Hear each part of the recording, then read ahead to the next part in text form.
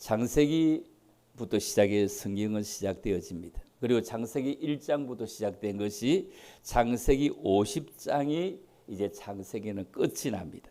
창세기 50장 제일 마지막 절에 요셉의 110세 죽음에 그들이 그의 몸에 향재료를 넣고 애굽에서 입간하였더라. 이렇게 창세기는 마무리를 하게 됩니다. 애굽에서 입간하였더라.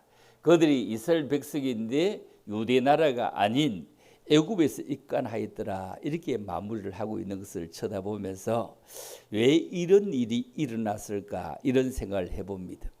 여러분, 우리는 이스라엘이라는 나라는 유대교, 그리고 다시 얘기하면 우리 쉽게 얘기하면 기독교의 나라다 이렇게 생각을 합니다.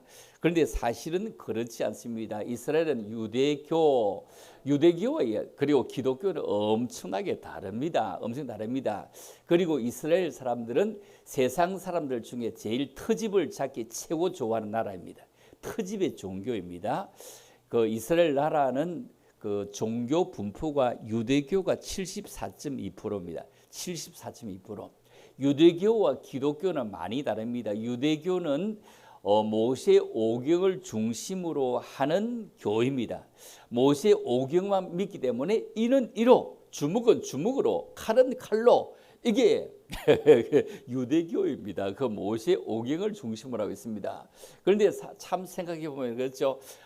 이스라엘에서 예수님이 나시는데 그들은 기독교 나라다 하는데 참 어림도 없는 얘기죠. 유대교가 74.2%요. 그리고 이슬람교가 17.8%입니다. 이슬람이 17.8%입니다. 지금 세계 싸움은 이슬람과 유대교의 싸움이죠. 기독교의 싸움은 아닙니다. 그 다음에 세 번째가 기독교가 2.0%입니다. 참 희한한 거죠. 2.0%입니다. 그래서 참 그 선지자가 본 곳에서 대우를 받는 것이 참으로 힘들다. 이 얘기가 그 얘기입니다. 그리고 우리가 듣도 보도 못한 루터교라 하는 것이 1.6%고 그리고 이것저것 다 합쳐서 그래도 4.4%가 종교가 그 이스라엘에 있습니다. 그래서 늘 그 생각해 볼 때 이들은 참 터집의 종교다. 터집의 나라다. 터집의 나라다. 2006년도에 자기 나라 군인 2명 레바논으로 잡혔다고 전쟁을 일으키는 나라입니다. 여러분, 주변 나라에 우리는 얼마나 많이 우리나라가 북한에 막 잡혀가고 이렇게 하고 그리고 엄청나게 버마 아웅산에서 그렇게 막 사람이 막 어마어마한 대통령을 빼고 그래 죽고 해도 전쟁을 일으키지 않는 나라, 이게 기독교 정신이 있는 나라가 이런 나라입니다. 이런 나라입니다. 이게 터집이 있어야 되는 것은 아닙니다. 지금 세상은 너무 용서가 필요하고 화해가 필요합니다. 오늘 제목이 용서 없는 세상 속에 용서의 본을 보이자, 이렇게 제목을 잡았죠. 용서가 없는 세상 속에 용서의 본을 보이자. 여러분, 전쟁은 화해가 없어 그렇고 용서가 없어 그렇고 이에 삐뚤어진 바탕 위에서 일어나게 됩니다. 그것도 싸움이 남과의 싸움이 아닌 형제들의 싸움입니다. 여러분, 재벌들도 그 자녀들이 왜 싸웁니까? 재산 때문에 싸웁니다. 그리고 회장 자리를 서로 뺏어 하려고 싸움입니다.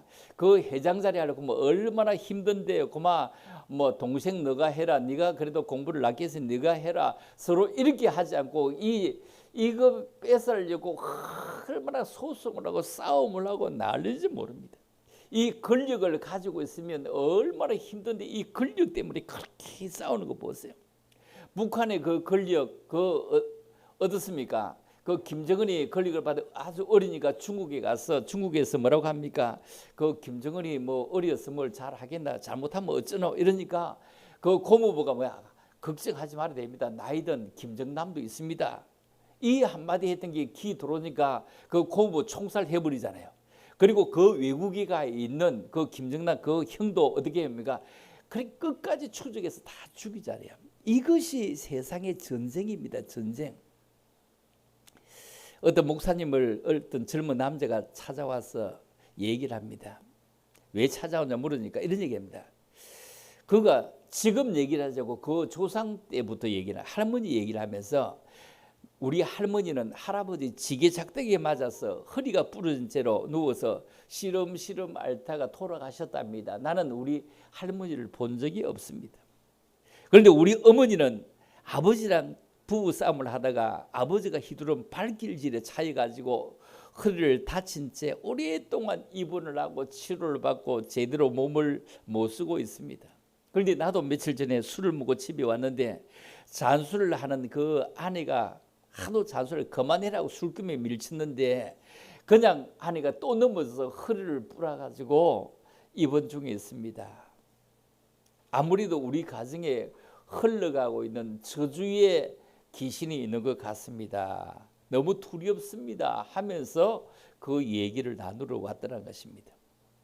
참으로 이런 얘기를 들어보면서 우리 주변에는 알코올 중독의 아버지 밑에 그 아들과 그 후손들이 알코올 중독이 계속 생겨나기도 하고 어떤 질병과 사고가 그 가정에 끊임없이 자꾸 일어나는 사례를 우리가 접하기도 합니다.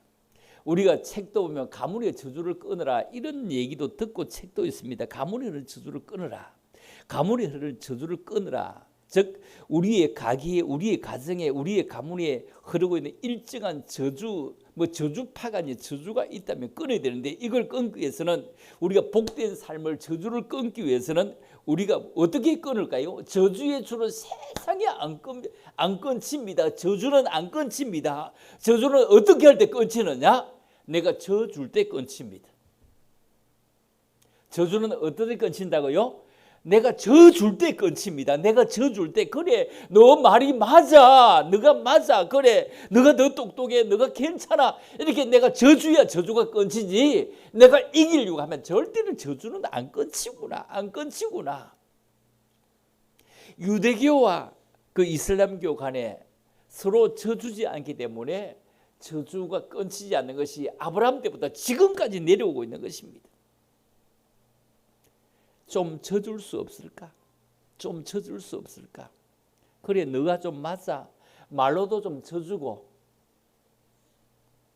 무언가 좀 푸근하게 그래 져주고 네 말이 다 맞는 게 아니고 틀린 게 더 많지만 그래도 그 맞는 거 그것도 몇 가지 있으니까 그래 맞아. 이렇게 좀 져주면 저주가 끊질 것입니다. 바라기는 우리가 모두가 오늘 요셉과 같은 사람에 대해서 우리의 가정과 가문을 참으로 복된 가정, 참으로 복된 가문, 복된 우리 온 교회 식구들로 세워지는 그런 역사가 있기를 원하면서 아량을 베풀고 저주는 은혜가 있기를 주의 이름으로 축원합니다. 자, 첫째 우리는 싸움의 저주를 끊자. 싸움에 지긋지긋하지 않습니다. 싸움에. 우리가 축복에 가면 축복의 가정 생각하고 있는데 이 아브라함과 야곱과 이삭과 야곱의 가정 이렇게 얘기했는데 이 아브라함과 이삭과 야곱의 이 가문에 얼마나 저주의 피가 싸움의 피가 흐르고 있는지 모르는데 우리는 좋은 것만 얘기합니다. 우리가 한 달 내내 그 신명기 28장을 읽었습니다. 그렇죠? 28장 읽는데 1절부터 14절까지 축복장이었지만 그 뒤로 그 길고 긴 것이 저주였습니다. 저주였습니다.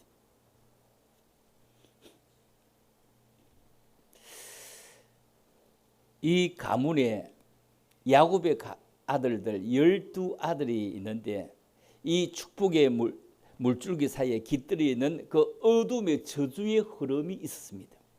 그것이 뭐죠? 형제간의 다툼이었습니다. 이 저주의 시작은 아브라함 때부터 사실 시작되었습니다.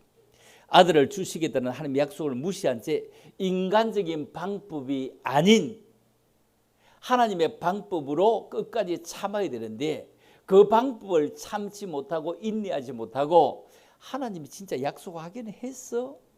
이러면서 조급한 마음에 결국 그 여종 하갈에서 얻었던 그 아들 이스마엘로 말미암아 이렇게 되어집니다. 그런데 이스마엘은 하나님께서 장자로 인정하지 않죠.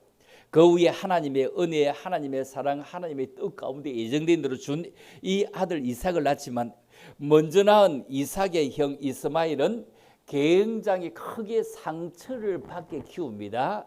이제 똑같은 아들로 그렇게 살아겠는데 이삭이 나오면서부터 그 가정이 굉장히 분란이 일어납니다. 엄청나게 분란이 됩니다.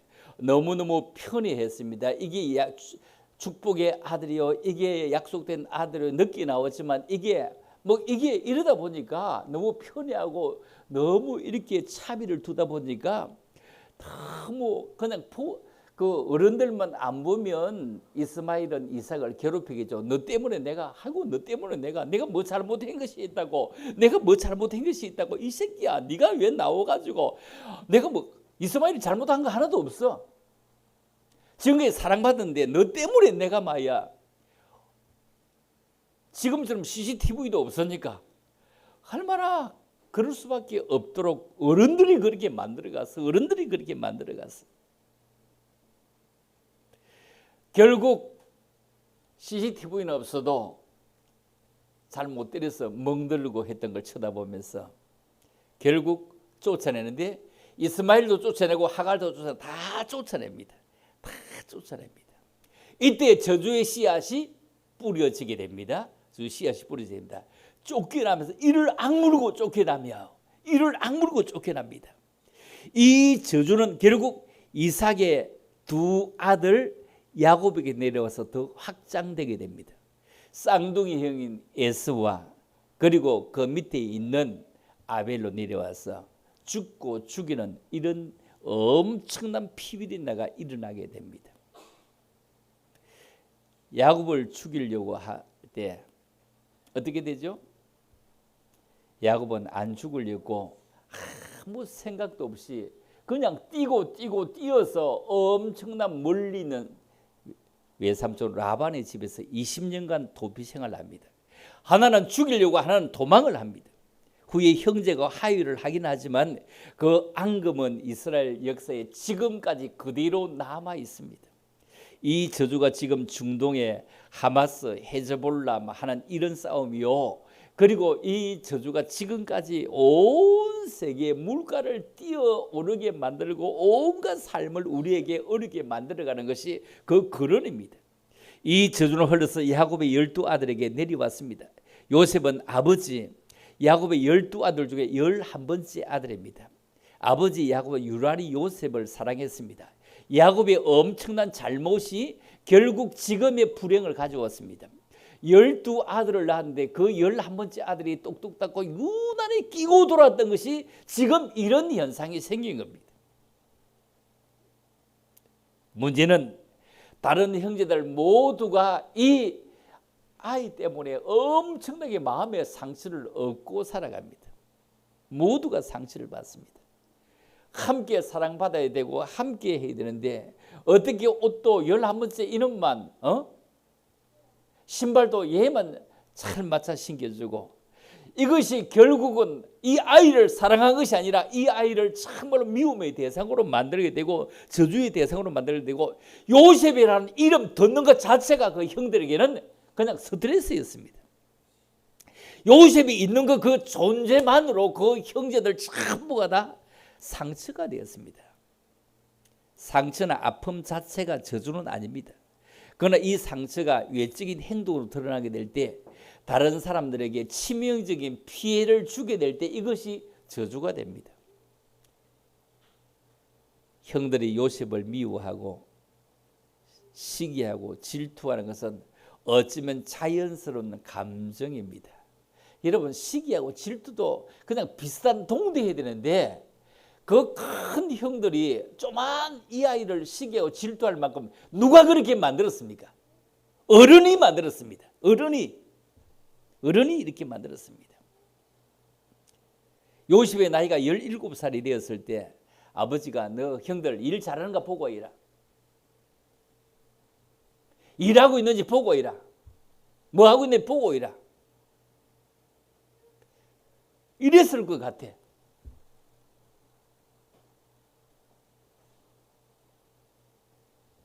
양을 치는지 뭘 하는지 잘 보고 이라. 놀고 있는지 보고 이라.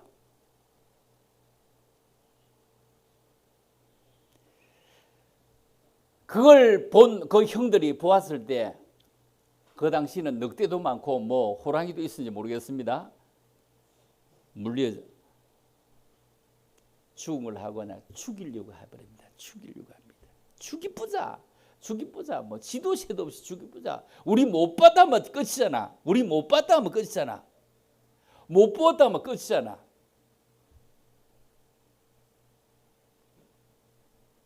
며칠 전에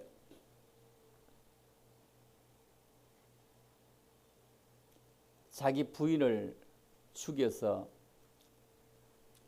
어디다 묻고 옆에 그 주방 밑에다가 묻어버리고 세면을 했는데 16년이 지났는데 잡혔는데 왜 잡혔는고 봤더니 16년도 이사를 안 가고 어디 살았는지 모르겠는데 수도꼭지가 고장에 파다가 나와서 잡힌 거예요. 요시 나온 겁니다. 16년 전 뭐 인터넷 치면 금방 나올 거예요. 요즘에 나온 얘기입니다. 지도 새도 없이 죽여버리자. 죽여버리고 무엇이 무르고 갔다가 하면 될 것 아니냐. 어떻게 그렇게 해. 우물에 그만 빠져버리자. 이것저것 다 했는데 그래도 10명의 형들 가운데 괜찮은 형 유다라고 하는 형이 그러지 말고 살리는 줘야지.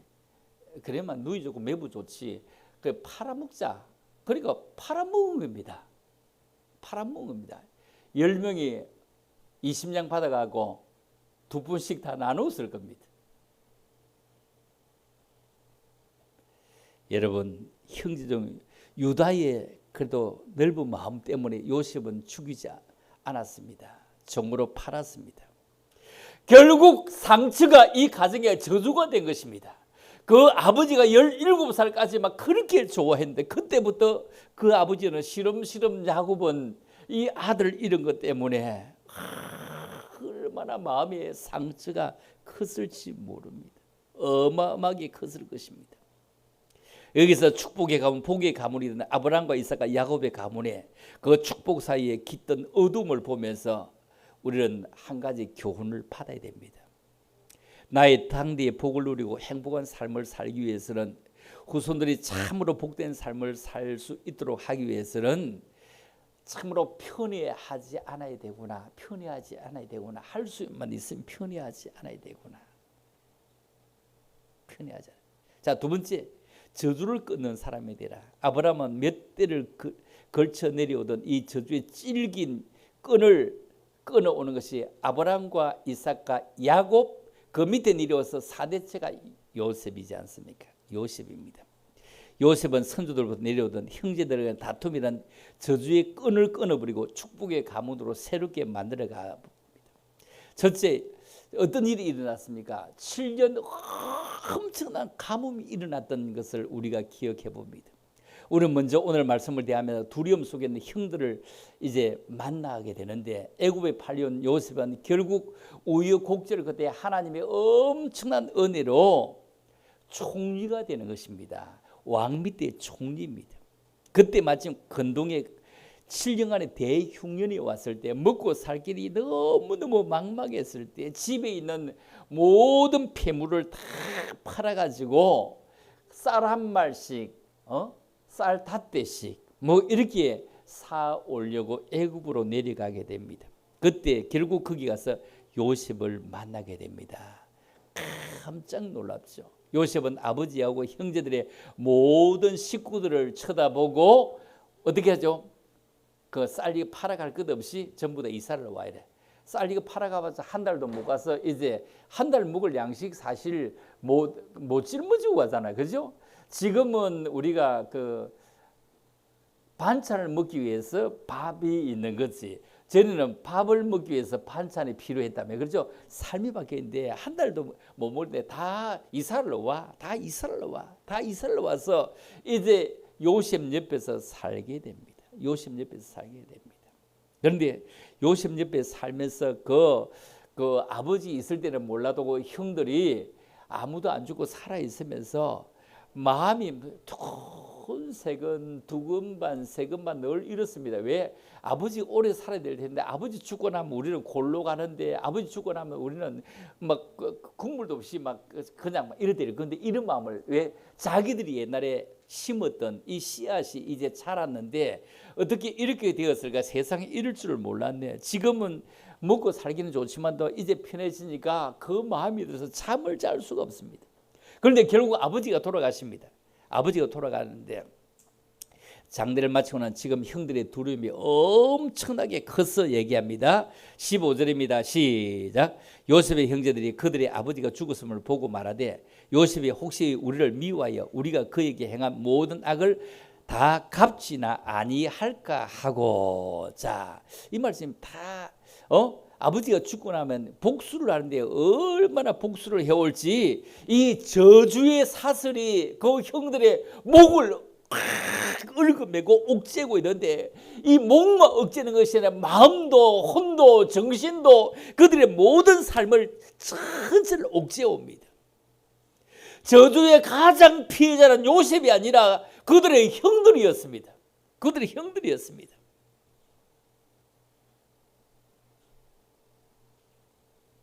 (16절입니다) 이렇게 말합니다. 자, 직접 얘기도 못합니다. 직접 얘기도 다른 사람을 시기어 얘기합니다. 16절 읽어보고 시작. 요셉에게 말을 전하 이르되 당신의 아버지가 돌아가시 전에 명령하여 이르시기를. 17절 너희는 이같이 요셉에게 이르라. 내 형들이 내게 악을 행하실지라도 이제 바라건대 그들의 허물과 죄를 용서하시나니 당신의 아버지의 하나님의 종들인 우리 죄를 이제 용서하소서 하며 요셉이 그들이 그에게 하는 말을 들을 때 울었더라. 무슨 말인지 알겠습니까? 직접 얘기도 못하고 총리 대신에게 전하라고. 왜냐하면 총리 대신에 형들이니까요. 그 밑에 있는 신하들이요. 내 형님이야, 우리 아버지야 막 극진하게 대기 때문에 그 신하들이 총리 대신 밑에 있는 비서들이요. 그 형들이 말하면 막 깜짝깜짝 놀라죠. 진하게 대우를 받죠. 얼마나 대우를 받는지 알 수가 없죠. 그래서 불러서 얘기를 했어. 무슨 악을 행했는지도 모르고 뭘 팔았는지도 모르고 그냥 이래 전하는데 요셉만 알아듣습니다. 아버지가 용서하라고 했다. 아버지가 이제 형제간에 있던 일을 용서하라고 했다고 이래 아버지가 했던 유언을 저들이 만들어 가지고 보내는 겁니다. 만들어서 보내는 겁니다.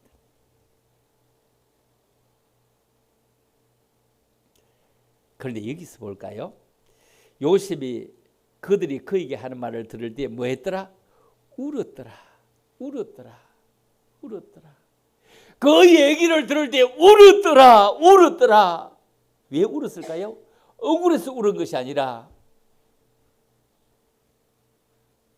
하나님이 어떻게 미래를 알 수 있도록 우리는 알지 못하는데 이 형들의 마음을 그렇게 만들어 가지고 지금 이렇게 있게 만들었을까?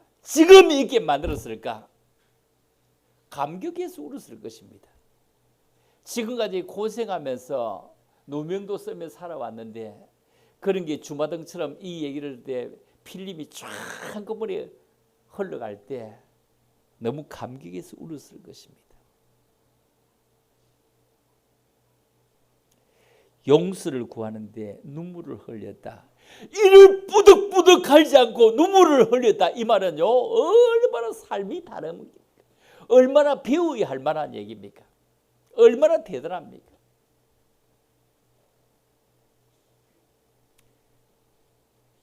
세 번째, 우리는 저주를 끊고 축복으로 나아가야 됩니다.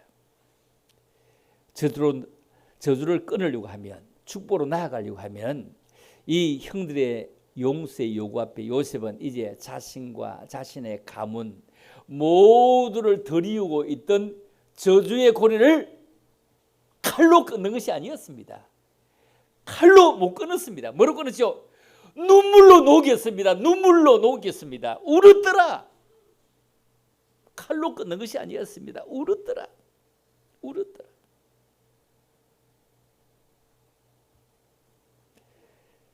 축복의 땅으로 나를 인도하고 내 가문을 인도하고 내 가정의 모든 식구 조카들까지 다 이끌어 준 것은 너무 감격이지 않나요? 꿈에도 그려보지 못했는데 이런 일이 있다니, 이런 일이 있다니. 우리는 이 요셉의 모습을 통해 저주를 끊고 축복의 삶으로 나아가는 삶의 비결을 발견할 수가 있습니다.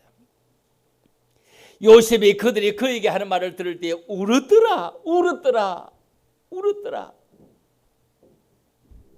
얼마나 그 뒤에 생략된 것을 보면 얼마나 많이 울었을지, 얼마나 많이 감격함이 울었을지. 긍휼히 저주의 옷을 벗깁니다. 나그네의 옷을 벗기는 것은 엄청난 폭풍우 센 바람, 차디찬 바람이 아니었습니다. 따스한 온기가 있는 햇빛이었습니다. 아무렇지도 그냥 온기를 주니 아이고 더워, 아이고 더워. 그냥 옷을 벗어버리는 겁니다. 긍휼히 여기는 마음이, 불쌍히 여기는 마음이 그리 지나온 가글을 쓰면 이를 뿌득뿌득 하는 것이 아니라, 그래 하나님께서 하셨지, 하나님 그렇게 하셨지, 이렇게 할 때 그들의 삶은 달라집니다. 그 말을 들을 때 울었더라. 왜 울었을까요? 직접 나와서 말하지도 못하는 그 형들을 생각해 보면 형들이 너무 불쌍하고 하나님이 그렇게 시켰을 것 같은데, 형들이 민망해서 나오지 못한 그 형들을 생각해 보면서 어째 직접 형제간에 얘기를 하지, 어떻게 이렇게 용서해달라고 전해줄까, 이 비서실장이 와서 이렇게 얘기할까. 형들의 모습이 너무 불쌍했지, 너무 불쌍했지. 그리고 자신 앞에서 늘 쳐다보면서 전전긍긍하고 어찌하지 못하는 그 모습들을 생각해 보면서 얼마나 펑펑 울었는지 몰라. 얼마나 펑펑 울었는지 몰라. 17세 그 인생을 향한 꿈으로 가득했던 그 나이에 형들에게 팔려서 애굽에 와서 노예로 살아갔던 이 요셉에게 상처가 없겠습니까? 상처가 없겠습니까? 어마어마한 그 상처를 내어 놓으려고 하면은 어마어마한 상처. 여러분들이 살아온 인생을 책으로 쓰려고 하면 책 5페이지도 쓸 수 있는 능력이 없으면서 책을 써도 몇 글을 써도 다 못 쓴다. 말로는 잘하잖아. 5장도 못 써내면서 말로는 잘하잖아. 모든 인생이 책을 몇 권 써도 다 못 써. 요셉에게 억울한 감정, 그 상처를 책으로 쓰면 얼마를 써도 다 못 쓸 것인데 눈물로서 다 녹여버립니다. 눈물로서 다 녹여버립니다. 다 없애버립니다. 다 없애버립니다. 전해주는 말을 듣고 직접 오서 얘기하라. 왜? 직접 입이 없나 발이 없나 무엇이 없어 돌아가 이 얘기지 않고. 여러분은 어떻게 하시겠습니까? 여러분은 어떻게 하시겠습니까? 직접 얘기해라. 당당하게 얘기해라. 그때 경위를 밝혀라. 어떤 놈이고? 누가? 북한에서요, 아들 뻘 되는데 김정은이 존칭을 쓰면요 벌벌 떤대요. 벌벌 떤대요. 벌벌 떤대요. 70이고 80이고 이 자식 이러면 마음을 놓는데 존칭을 벌벌 떤대. 죽인다고 생각한대.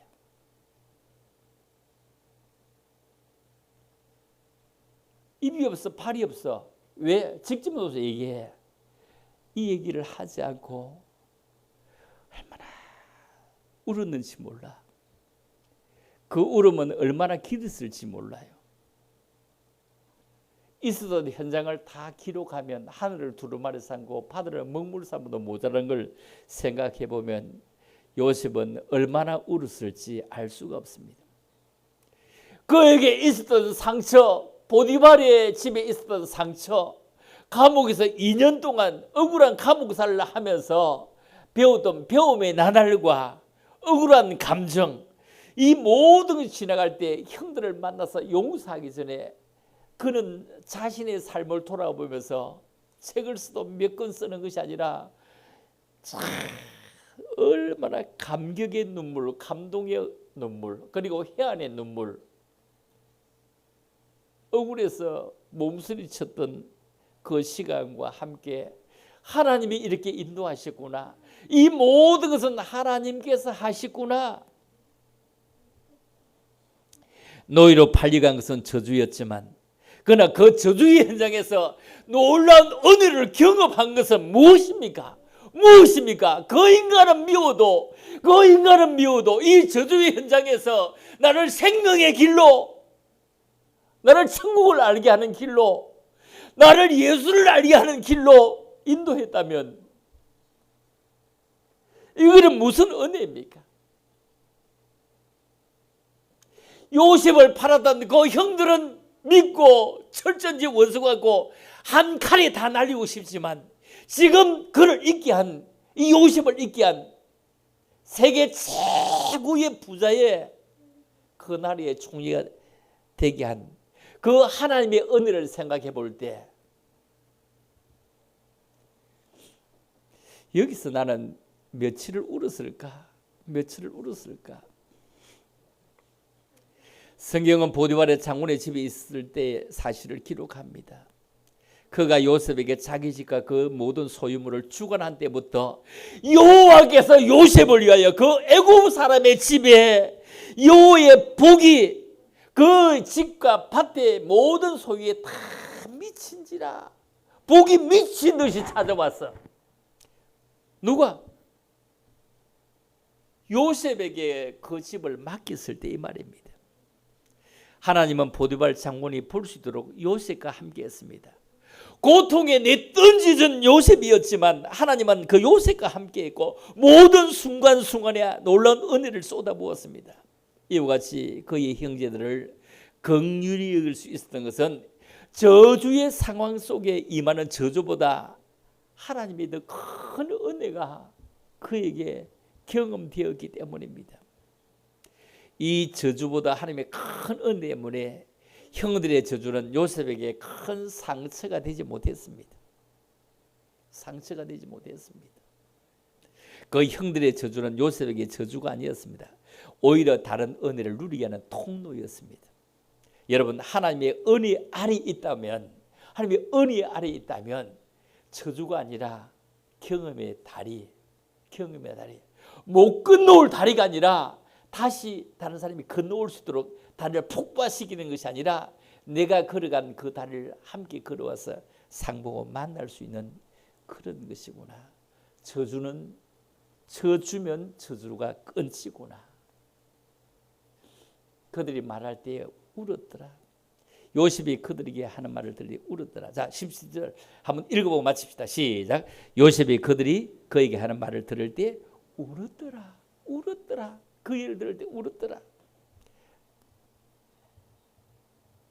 남은 말씀은 5에 전하겠습니다. 참으로 저주를 끊고 축복으로 나가는 것은 긍휼히 여기는 마음. 긍휼히 여기는 자는 복이 있나니 이렇게 말하죠.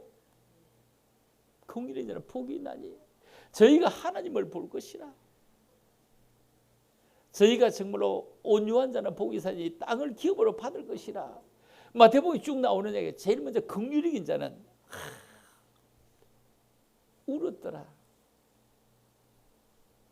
참으로 우리가 가슴 벅찬 울음이 있는, 눈물이 메마른 사람이에요. 눈물이 있는 사람.